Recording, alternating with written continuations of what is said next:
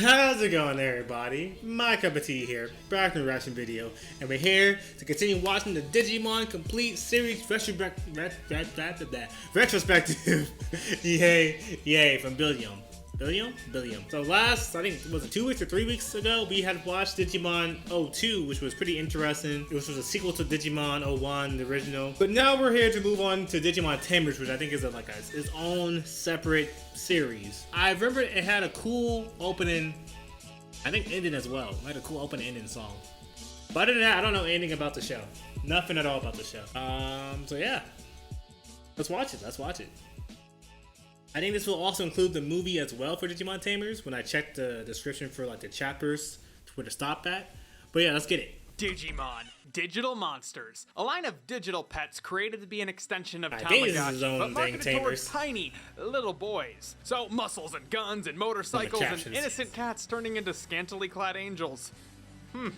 Like everything else at the time, Digimon was aiming every high section to would have be that this lady in it. giant multimedia franchise, an anime, video games, Wait, card games, time comics, out. There's cards? There's a card game too? I didn't know it was a card game. clad angels. Like Why'd I go back everything here? else at the time, Digimon was aiming high to be this giant multimedia franchise. An anime, video games, card games, comics, toys. No, Digimon did not start because of Pokemon, but Pokemon affected the entire toy industry, and the way Digimon expanded was in direct competition. Pokemon also helped to popularize the pet monster genre, where the first two Digimon anime played into this genre, creating its own unique world. The third series, Digimon Tamers, is a bit of a meta-narrative. Oh, it's a card in game. the real world, where Digimon is a popular media franchise. Sorry for pausing. Let me increase the captions real quick, the size of the captions. Interesting. Okay. Yeah, because I don't think there was... Yeah, I didn't see any cards in the original in 02 Digimon. The retrospective, like the summary of that. Okay, they went the card route, huh? Okay, let's see how it looks. Let's see if they stuck the landing. Let's keep it going. So complete fantasy. I'd always watch the TV show. I used to play the card game. Oh, what? I even made up my own imaginary Digimon. Tamers is a response to all of these We all have, yeah. loved, For Yu-Gi-Oh. popular, and remembered pet monster phrases. Hold on, let me move my mic real quick. What's that? Monster Rancher. Don't know what that is. Well loved, popular, Dragon Warriors. and remembered. I think I remember this. I think I remember hearing this. Fighting Foodons. Was this good? I remember seeing this character right here the most. I don't know if I actually watched it. Pet monster franchises. Every kid who grew up watching these kinds of shows wanted their own pet monster, and Digimon Tamers fulfills that fantasy. But it also uses a foundation created by Digimon to challenge the audience's expectations. Digimon Tamers is weird, it's dark, it promotes diversity, and its dark? story and characters are a whole lot better than it has any business being. Word? I revisited Okay, hold the on. original Hold on, Digimon wait a minute. series, Digimon Adventure, Now I'm over intrigued. and over again over the years, but I really haven't done that with Tamers. So I'm able to look at the series without nostalgia goggles. Okay. But it's Digimon, so I need my goggles. Tamers was written by Chiaki, an anime writer who's best known for being I'm not dark gonna get and that. weird. Kanaka considers himself to be a Lovecraftian Oh, that's writer, already so weird he's off rip. killing that late night Tumblr. Oh, he's one of those Lovecraftian writers. Okay, you're gonna be seeing some crazy stuff, I think. The storyline he contributed to Digimon Adventure 02 was tonally offbeat and creepy. Oh, was that the one with the Leviathan? Not the Leviathan, that Cthulhu monster that we thought we was gonna hear, but we didn't hear nothing about it from the last 2-3 weeks we watched 02? Now make that 51 episodes. That's Kanaka. I think so. Oh my gosh. Tamers is known for its darker tone, but it's never depressing. It's still a That's hopeful good. story which uses the dark tones to increase the level of tension when needed and to play off the character's emotions. I like it when kids shows tastefully tackle dark and weird. I do too. Instead It's of nice. violence and blood being used to creep audiences out, it's character actions and surreal imagery. Yet it can be just as effective. By the end of Adventure 02, there were a total of 24 main characters, but Tamers Tamers takes a different approach. Oh, yeah, that's Including right, the Digimon, the core cast is 6. The main goggle-wearing Okay. protagonist is Takato. Takato is a normal kid with normal emotions. He's scared when he meets Guilmon, a Digimon Makes based sense, on yeah, his own yeah, I'll be drawing scared for the too. first time. After Oh, all, that's pretty he's cool. a fire-breathing monster. Hi, Gilmon. Gilmon is newly created, It's gonna so breathe unlike fire every right other there. Digimon It's gonna in the breathe series, fire. it doesn't have this deep knowledge of the digital world. It's figuring out how other Digimon work just as Takato is. I'm Takato. Oh, because he just created him. That's why, probably. Because, you know, he doesn't know about Digimon because he was just create. I see, writers. I think I understand. Man. Takato, I got a man. Digimon. Takato is very anxious, so dealing with Maybe the I was wrong. unpredictable childlike Guilmon creates a great chemistry. Henry, or Lee if you're watching the Japanese dub, is a non-violent, morally driven kid who doesn't even like to make Digimon fight in the video game. So he's a little dweeb. That's crazy. No, they're fighting in my video game. They're fighting in my video game. You think any kid playing Pokemon cared about their Pokemon fighting other Pokemon in the game? No, we didn't care. We said, get him. Get him. I want that life points, their health points to be 0. Doesn't even like to make Digimon fight in the video game. So he's a little dweeb. In the best way possible. Terriermon is Henry's partner. It's an excitable little rabbit Digimon who always wants to get into a fight. Henry, the Always- pacifist, and I wanna Terriermon, fight. who I turns wanna into fight. Gargamon. Oh my god, it has guns. Side note, I love how the English dub makes all the gun sound effects, laser sound effects. Why? What a simplistic solution to that problem. But like, how do you censorship, censor kind of. something like this? Well, at least it's not Gundramon. Oh my god. Not very smart to mouth That's off to definitely someone American. bigger than you. Henry, Momentai. Momentai. It means no worries. For the Okay. rest of your days. Okay, Then there's sure it Rika, does. or Ruki if Sure you're it watching the does. Japanese dub. Rika is the Rika, Digimon queen. There's Rika, Henry. I'm talking about dub, and then I forgot the main character. It started with T. Takato, whatever. She's like a really Whatever. good at the Digimon card game. Ah, Because of that, everyone a thinks genius. she's cool. As I said, complete fantasy world. Rika is violent and sort of serves as a first antagonist for the series. She's always picking a fight. Hey! Dang. What a lousy fighter. But a fight's a fight. Renamon, Rika's Digimon, wants to be the strongest. So at first, they have less of a friendship and more of a working relationship. But eventually, they Okay. admit to caring about one another. Renamon is a fan favorite But I for have that reasons which right- can only be explored with safe search off. Yeah, I knew it was gonna be I knew this Digimon was gonna be a fan favorite. I'm like, yeah, Y'all are nah. nasty. One of the benefits to having a smaller cast is the Digimon are now their own characters with unique feelings, perspectives, and development. There's also more Okay. focus on side characters. Let's We learn go, about side character Mikami's development. friends, the villains, the families of Mikata. the characters, and get some side character arcs which take the whole series to pay off. Other characters which later gain more importance include Calamon, a silly, lighthearted Digimon who holds the power to help other Digimon transform. Impmon, a sort of rude and pathetic Digimon who renounces his partners. Jerry, a quirky girl Takato has a crush on. Jerry is the only realistic character in this whole show. People like Jerry, but it's because she keeps her love of Digimon a secret, just like me, from age 11 to 20. Put your beard on, you're embarrassing yourself. Ain't nothing wrong with that. On me. Sorry. Man, you're heavy. Digimon Tamers Yeah. plot is a slow burn. The entire focus of the first third is how Digimon interact in the real world. However, to make this Building concept up, I fresh, the respect it. Digimon now are less like little ugly people and more like, well, digital monsters. They're animalistic. It's in their programming to want to fight, and human-like emotions are now learned rather than something Digimon are automatically equipped with. Okay, When okay, I Guilmon like sees that, a I threat, like its that. eyes contract and its instinct kicks in. The kids have to learn with the Digimon, and the Digimon have to adapt. This helps I like that. Why did I gotta freeze on the rabbit with the guns? I like that. I like that. Okay. I like my slow burn sometimes too. If it has a good payoff, I like that. I like story. the I like contrast story. the dangerous fantasy monsters with the mundane town of Shinjuku, which features real-world locations. Hiding Digimon has never really been a huge problem in the series because they've always been relatively small. But Guilmon is like a buff velociraptor. Takato can't just hide him inside, so a lot of the early episodes Makes are sense. dedicated to finding Makes Guilmon sense. a place to hide, which is complicated by Guilmon's desire to explore and play. Digimon funny transform into corpse episodes stronger, right there. larger versions of themselves. This is called in play. Digimon transform into stronger, larger versions of themselves. This is called digivolving. In past shows, digivolving came quick and easy, happening very soon after the series started. And once it was done, Digimon had no problem turning back into their base form for the sake of convenience. It takes a while for Guilmon to finally digivolve for the first time, and after it happens, he can't easily go back to normal. The next episode has Guilmon stuck as Growlmon, a giant T-Rex-sized Digimon. What follows is a series of attempts to get Guilmon to transform back to normal and find a place for this giant monster to hide.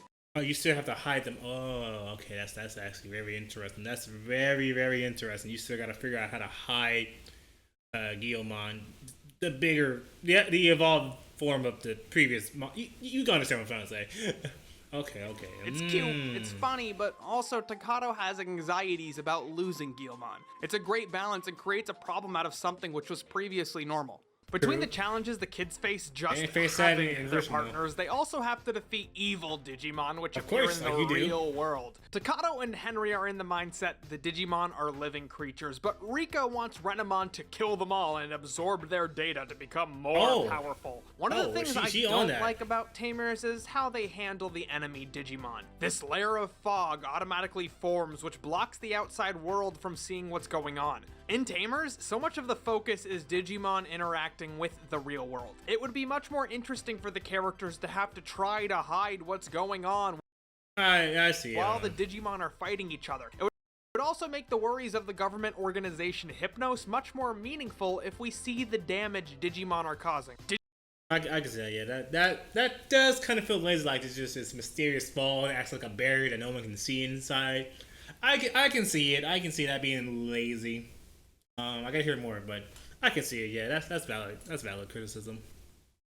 Digimon is known for its action sequences being interrupted by long transformation scenes, but now there are Digimodifying sequences. The kids use cards from the official Digimon card game to give their Digimon extra powers, and for just $4.99 a pack, so can you. Sometimes it's cool and sometimes it's funny watching little old Terriermon with a giant hammer. I like the concept of Digimodify, but they play it off as if the kids are using a strategy when it really feels like they're just throwing down modifications until something works. They hitting them card throws. They hitting that. They hitting that. If the rules of the game were explained, it'd be more interesting to watch the kids develop the strategy with the cards. It does work to make them more involved, but it doesn't really invite us into their thought process. Makes sense, with Digimodifying, Digivolving as a means of victory is downplayed. For one, it's not always accessible. Usually, Calumon has to be present, and eventually a special card has to appear to activate the next stage. When it does happen, the sequences are crazy cool.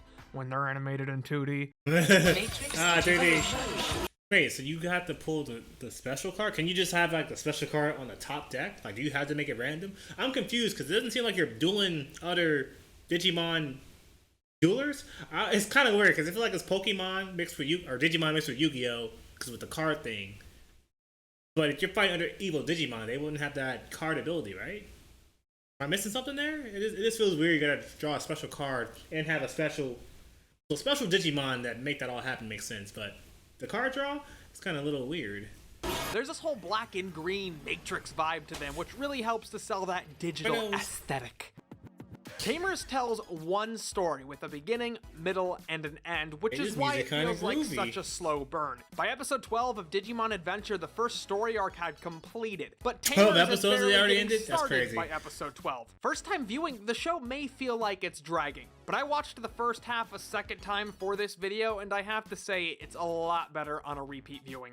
The show does feel like it's sort of starting this simple story arc when 12 Digimon based on the Chinese zodiac start attacking Shinjuku. Each episode has the kids beating one of the 12 Deva. So you think it's going to be this clean boss battle style arc where they beat one every episode, but then everything changes course when Calumon is captured and brought to the Digimon. Beat one of the 12 Deva. So this is one of the Digimon from like 01?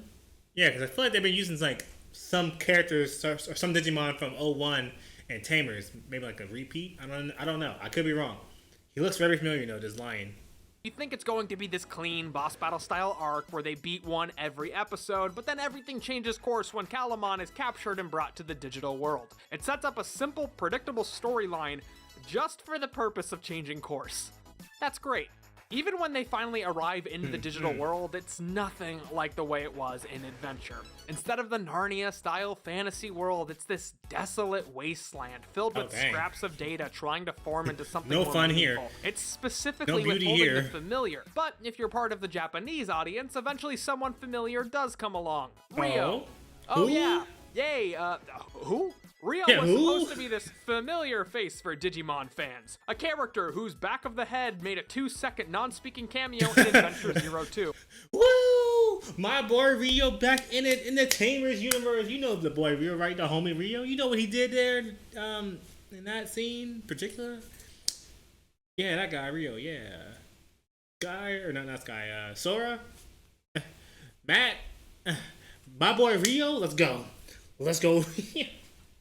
A character whose back of the head made a I'm 2-second glad I was like, non-speaking the only person cameo in confused here. I'm Adventure like, who? 02. And he was the main character in some Japan exclusive games for everyone's favorite console, the Wonder Swan. Oh shoot, the Wonder Swan, my favorite. I'm gonna stop now. I'm gonna stop Exclusive now. games for everyone's favorite console, the Wonder Swan. Good old Rio on the good old Wonder Swan. If you didn't have a Wonder Swan growing up, did you even have a childhood? My childhood was depressing without this Wonder Swan. My childhood was horrible. Cartoon Network, trash. Wonder Swans, where is that? A Game Boy? A Nintendo DS? What? I spit on that. We need a Wonder Swan. Reading through Kanaka's notes, which I highly recommend to any fan, it seems like the role Rio plays may have been considered for one of the characters from Adventure. But I guess from a story standpoint, it makes more sense to use Rio as a connection, as we learn Rio is from the Tamers universe. But it doesn't provide that feeling of familiarity it's supposed to for an American audience. And if you've seen any of my videos, you know the way I mispronounce words means I'm very American. True. Oh. It's on now. Why do I keep getting these ads? Why do I keep getting these stupid, or even mobile ads? I don't even know what it is. It's stupid. Anyway, yeah, so far, I'm liking what I'm hearing about Tamers. I like this slow build-up story, some dark implications. I mean, 01. I know 01 and 02 has like some dark moments in it, but it feels like this Tamers is more focused on like, what do you call it? Spacing out those dark moments, like, I don't know how to describe it, but I like what I'm hearing. More focus on character development, side story, or side characters also get involved. I like the theme of having to hide the Digimon. They don't just like get accustomed to the real world. They don't understand emotions like that, like humans do. They still got that battle animal instincts, like he mentioned earlier. I like that. They had to get used to their environment. I mean, I like what I heard in 01 and 02 as well, but I just like this different change of pace in Digimon. Even got the female, I guess, main character, heroine. I guess she's gonna change later on, but she views Digimon as like just XP points, basically XP, and they like, hey, my Digimon, kill them, absorb them, get powerful. And Takada and Henry wants to save them, obviously, because you know they living beings, living as well as like they are. So it's cool. It's cool to see. It's a dynamic here. It's cool to see it. I wonder how crazy it's gonna get, because he did mention that the writer likes to write Lovecraftian type stuff. So I'm curious, like, how crazy it's about to get. And we're back. So like all of my other reviews, I'm watching the English dub. I do that because it's what I grew up with. Sure, it's a different product than the Japanese dub, but it's the one I want to talk about. Sorry for pausing so soon after the ad. Yeah, dub sup. You know, in the past, if you would have asked me, like when I was like a wee lad of middle school, high school, I'm like, you listen to dub? Or I guess high school. You listen to English dub? For like, if it's not certain shows. But now I'm like, listen, they gotten better with the voice acting. English voice actors are doing their thing now. I'm okay with it. If you want to listen to dub, go ahead and listen to dub. You can watch anime. I don't care. Because it's what I have a connection to. But Tamers dub is more respectful to the source material than the other two are. Okay. It's worth noting Tamers dub wasn't handled by the same team, and often it's actually Steve Bloom of Sexy Voice fame writing the dub. Bloom? He also plays Blonde Spike Spiegel and Guilmon. That's right, the same guy who did this. I love the kind of woman that can. Yeah, I know my Steve Bloom, yeah. This is a good dub. I will never listen to this. I will never watch Cowboy Bebop and sub because I gotta hear this voice actor. I gotta hear my boy. Eagle and Guillemon. That's right. The same guy who did this I love the kind of woman that can kick my ass. also does this. Play now. I wish That's I could. crazy. The theme song is still Such the a same Swiss- from such the a crazy previous shows, but it's change. remixed with this grittier That's electric true. Yeah, guitar. that's true. Yeah. I really We heard love all the dub casting in or the English dub, openings. except for Susie. Feels so pink and pretty. One of my biggest pet peeves are the way that English dubs handle little kids. I But if you don't get your butt to Rugrats where you belong, Susie. can't stand it. Hello. How dare you? How I particularly dare you. like David Wittenberg as Henry and Bridget Hoffman as Jerry. There's a realism to their That Bridget Hoffman performance sounds that's familiar. I don't imperfect. know why. One of my biggest problems with the dub, however, is actually the music. In the first half of the series, they reuse a lot of the music from the English dub of the Digimon Adventure series. It's Don't more mention it. fantastical and does a disservice to Tamers' attempts to establish Okay, this okay. as a different world. But at least Digimon Tamers doesn't have the Digirap. Okay, that's what I worry about. I'm like, please don't The Digirap. series is all about perspective and change. All of the main characters have different philosophies which drive them, but they grow with time. Every time a new villain is introduced, we learn they're not really the villain. One of Oh? the benefits of having a smaller cast is the focus on side character development. Specifically Impmon and Jerry, whose stories kind of coincide with one another. A big change which is made is a downplay on destiny. The kids in Adventure were chosen to be partnered with their Digimon, but in Tamers, the Digimon and the human have to agree to be partnered. There's more of an effort to make the kids involved in the fight, and this idea of kids and Digimon choosing to work together pays off with the Digimon's final evolution, biomerging. Takano, Biomerging? Rika, Henry, and good old Rio all combine with their Digimon to become super strong. As a kid, I hated this, but as an adult, I love this. I Yeah, this understand sounds what they're cool. going for now. Focusing on the partnership as a two-way relationship makes the relationship more meaningful. You basically fuse with your Digimon. Okay. So if he's probably gonna explain it. So if you get hurt, does both the Digimon and the kid also get hurt? Like, how does this work? These characters weren't chosen for one another, they picked each other. However, that also makes it possible for Digimon to renounce their tamer and makes it even more brutally heartbreaking when one of the Digimon dies. Impmon can't, wait, it makes time it out, pick time out, each time out, other. time out. However, Wait a minute, that this also might be makes it serious possible here. for Digimon to renounce their tamer and makes it even more brutally heartbreaking when one of the Digimon dies. Impmon can't digivolve because it abandoned its tamers. Two little brat kids. But Impmon makes a deal with the leader of the Deva, Zuquia, Zumon now. Maltrace. It'll help him Maltrace. digivolve if he destroys the kids. This isn't a threat which was suddenly introduced like many of the villains in Adventure. This is a character we saw develop and get desperate enough to come to this point. We also see Jerry want to become partners to Leomon and how much the partnership means to her. Yeah, that is definitely the same. Or the same. It looks the same as Digimon 1. Yes, I think Leomon's also the same name too. Let's keep it when going. it finally agrees. That's why it's to Leomon develop and get desperate enough to come to this point. We also see Jerry want to become partners to Leomon and how much the partnership means to her when it finally agrees. That's why it's so effective when Impmon as Beelzemon kills Leomon and absorbs its data.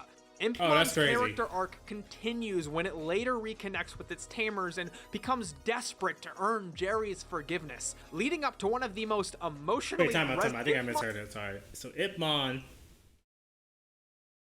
Sorry. I thought you said Ipmon turned to that other. Hold on. Impmon as Beelzemon. Ipmon as Beelzemon. Impmon was Impmon was the Digimon that abandoned his two bratty tamers and became Beelzemon, this demon thing creature that we just saw. Kills Leomon and Okay, yeah, that's basically Ipmon right there. absorbs its data. Impmon's character arc continues when it later reconnects with its tamers and becomes desperate to earn Jerry's forgiveness. Okay, I think I see it. Wait, I gotta go back real quick just to make sure I understand. I'm gonna skip this part. Impmon makes a deal with the leader of the Deva. Oh, okay, he made a deal with the leader of the Deva so he can Digi-evolve into Beelzemon, I'm pretty sure. Okay, I think I get it now. I think I understand now. It'll help him digivolve if he destroys the kids. Okay, yeah, got it. So Moltres help Impmon Digi-evolve with the goal being able to destroy the kids, which is why Ip Mom killed Leomon, which was Jerry's Digimon. But now Ip Mom, as Beezel Mom, probably realized the error of his ways, like, oh shoot, it was a bad idea. And now it's trying to get forgiveness in Jerry's heart? Yes. Her heart, yes. Yes. Alright, here we go. I got it. We got it. We in there. Kills Leomon and absorbs its data. Impmon's character arc continues when it later reconnects with its tamers and becomes desperate to earn Jerry's he reconnects with his tamers, the kids that he left. Okay. Yeah. forgiveness, leading up to one of the most emotionally resonant moments in the entire franchise. In an act of desperateness, Beelzemon calls upon Leomon's data and uses the Fist of the Beast King, Leomon's signature attack. Tamer's dark tone really expresses itself within the final third. Oh my god! Okay, that was kind of a little bit creepy there. Attack. Tamer's dark tone really expresses itself within the final third of the series. After Jerry loses Leomon, her body becomes possessed by something called the D-Reaper. We get a nightmare from her, and her emotionless body inhabited by this emotionless being is just unsettling. The scene that got under my skin specifically was Jerry attacking her little brother. Something about little kids being violent just... The final villain isn't a Digimon. Relax. The D-Reaper was a program created to clean up scrap data and AI files which were too large. It was created by the team who created Digimon as a sort of cleaning software. All the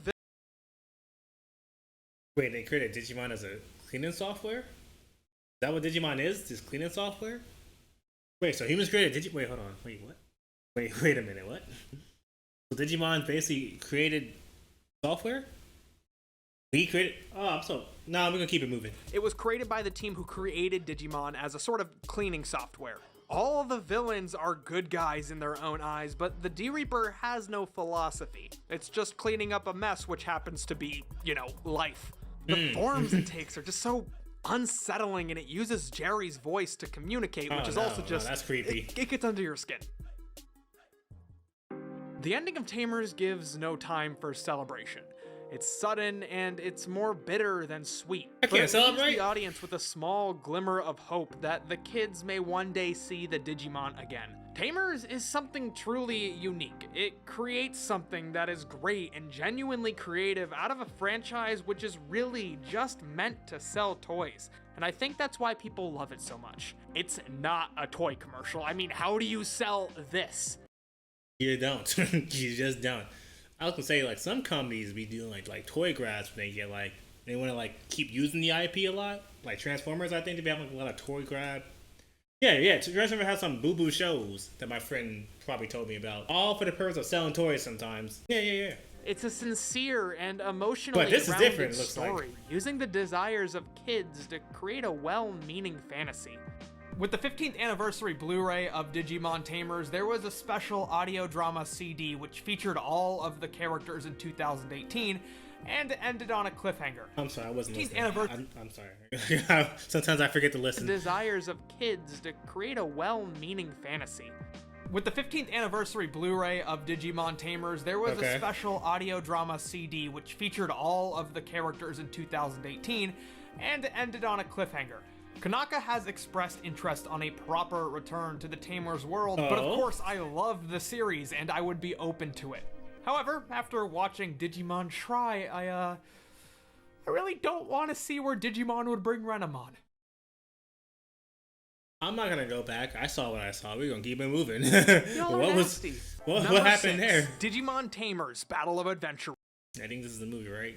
This one originally premiered on July 14th. Digimon Tamers, Battle of Adventurers. This one originally premiered on July 14th, 2001 at the Toei Summer Film Festival, and its English counterpart aired on October 16th, 2005 on Toon Disney. Digimon Tamers is one of the most unique and plot-driven children's anime. It's weirdly dark, very character-oriented, and had a continuous plot which didn't leave a lot of room for filler. This description can be said for a lot of anime, which is why I am ever so baffled at the expanding list of non-canon or canon-ish anime movies. There's a never-ending fan theory community dedicated to figuring out which 2 episodes of an anime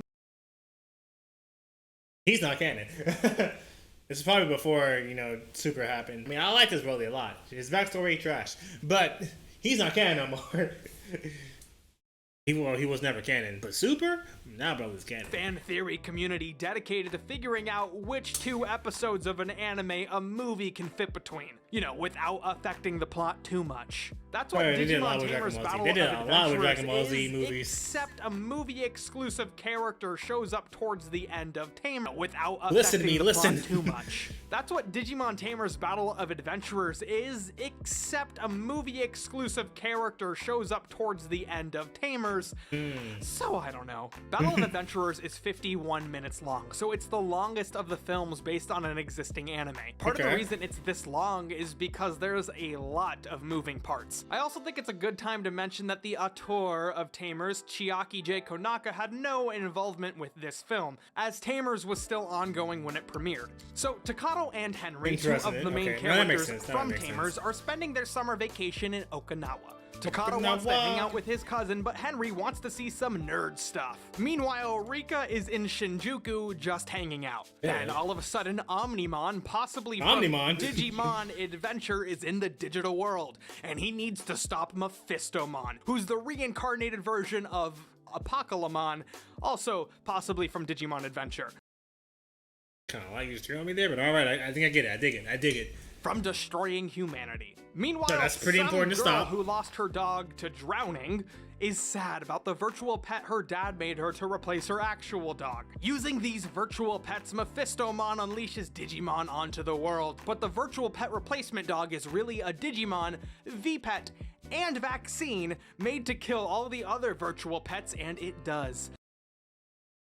Whoa. That was a lot right there. I'm trying to digest. What?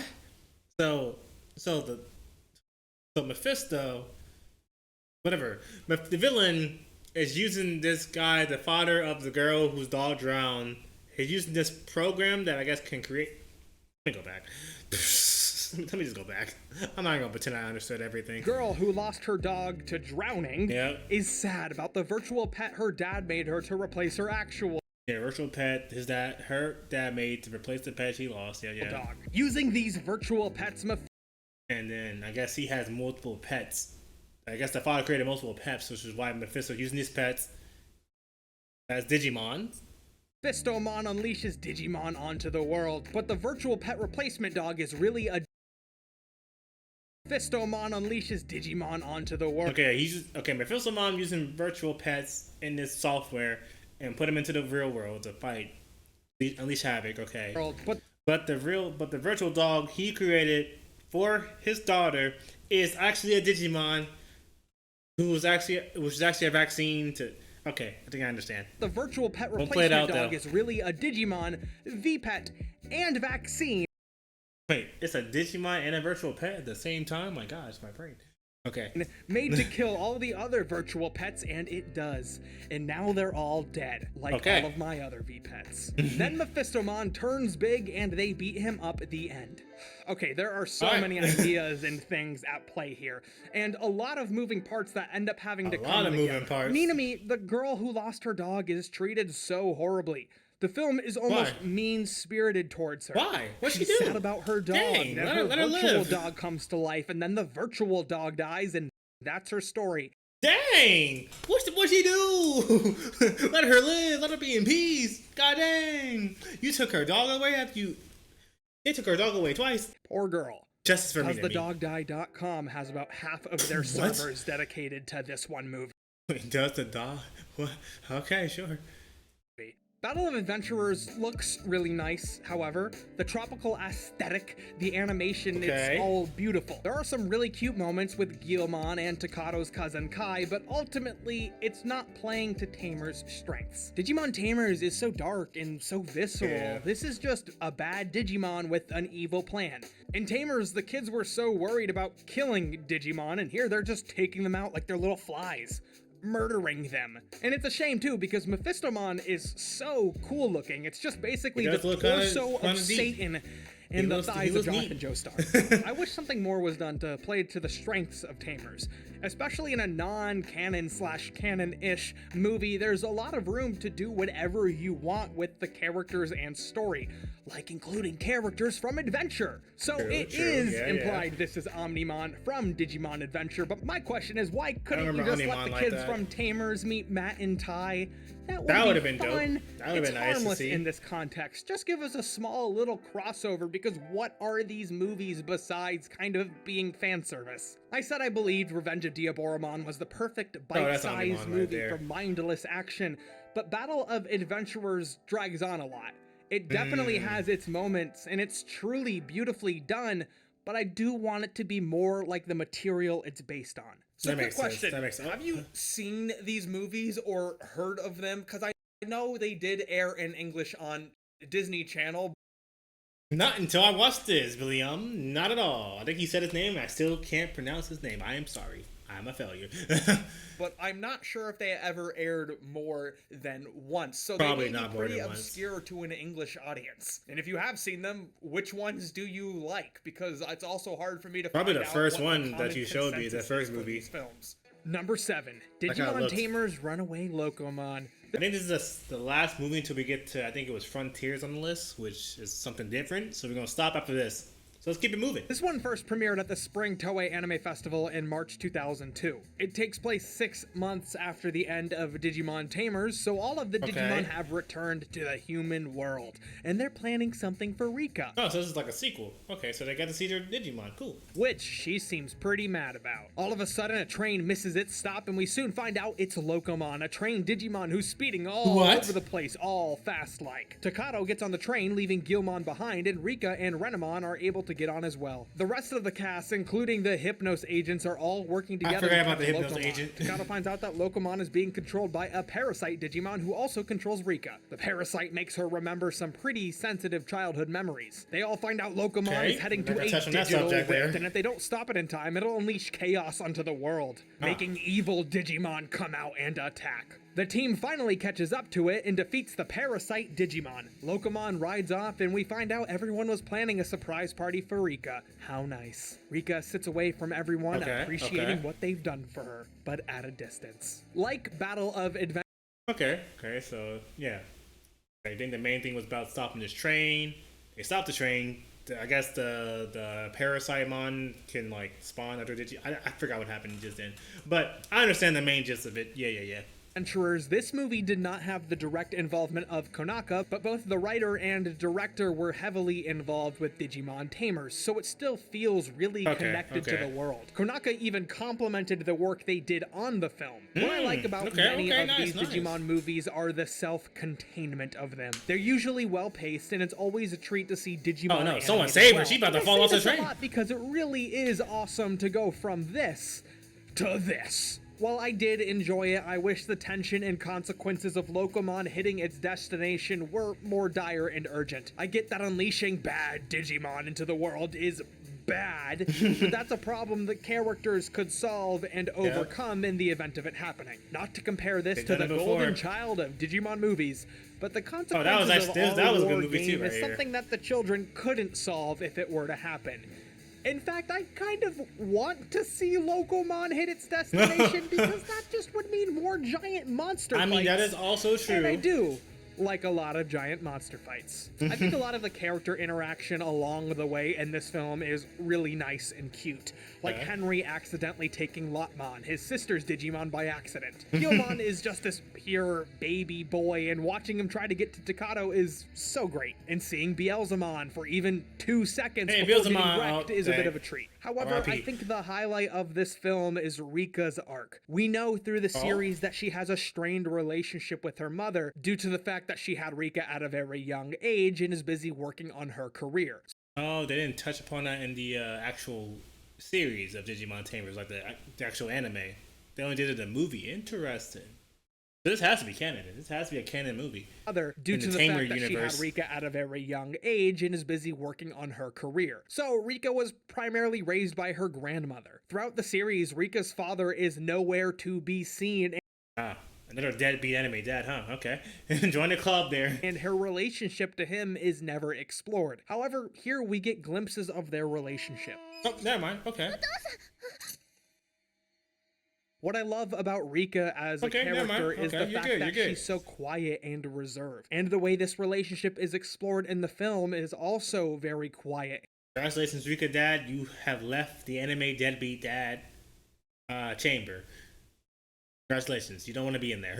And reserved. We know Rika has complex feelings about this, but her reaction to having this memory just come back to her in such an extreme way is to quietly reflect on it. It really shows her growth from the angry character at the beginning of Tamers to a more contemplative one now. Her anger being replaced by a more contemplative, yet still emotionally distant character leaves a lot of room for her character to continue to grow. And it really makes me want more from the series because I truly believe there is so much more to explore. Yeah, that felt like it's like just like they call it. It's like the midway point of the Tamers, like her coming to terms with what happened, becoming more mature with the incidents that involved with this movie right here, this train movie. Felt like it's like the middle portion of Tamers, and like it's about to get serious from this point on. Like about to get crazy from this point on. Like he said, there's more story to be told from Tamers, but they stopped it there. It looks like. I wonder why they didn't do like a sequel like they did with 02, like Digimon 01 and 02. Because it's right there. You have a story right there. It looks like. I don't know. Maybe they want to try something different, or maybe the people behind the scenes didn't like. You know what? Cut that. We sold enough toys. It's time to move on. I don't know. We'll know next time. Because he might mention that when he mentions Frontiers. I think that's the next one. And we're back. Digimon was one of the first. Wait, hold on. Is this the last one? Let me make sure. If this is Frontiers, then we're gonna stop it right here.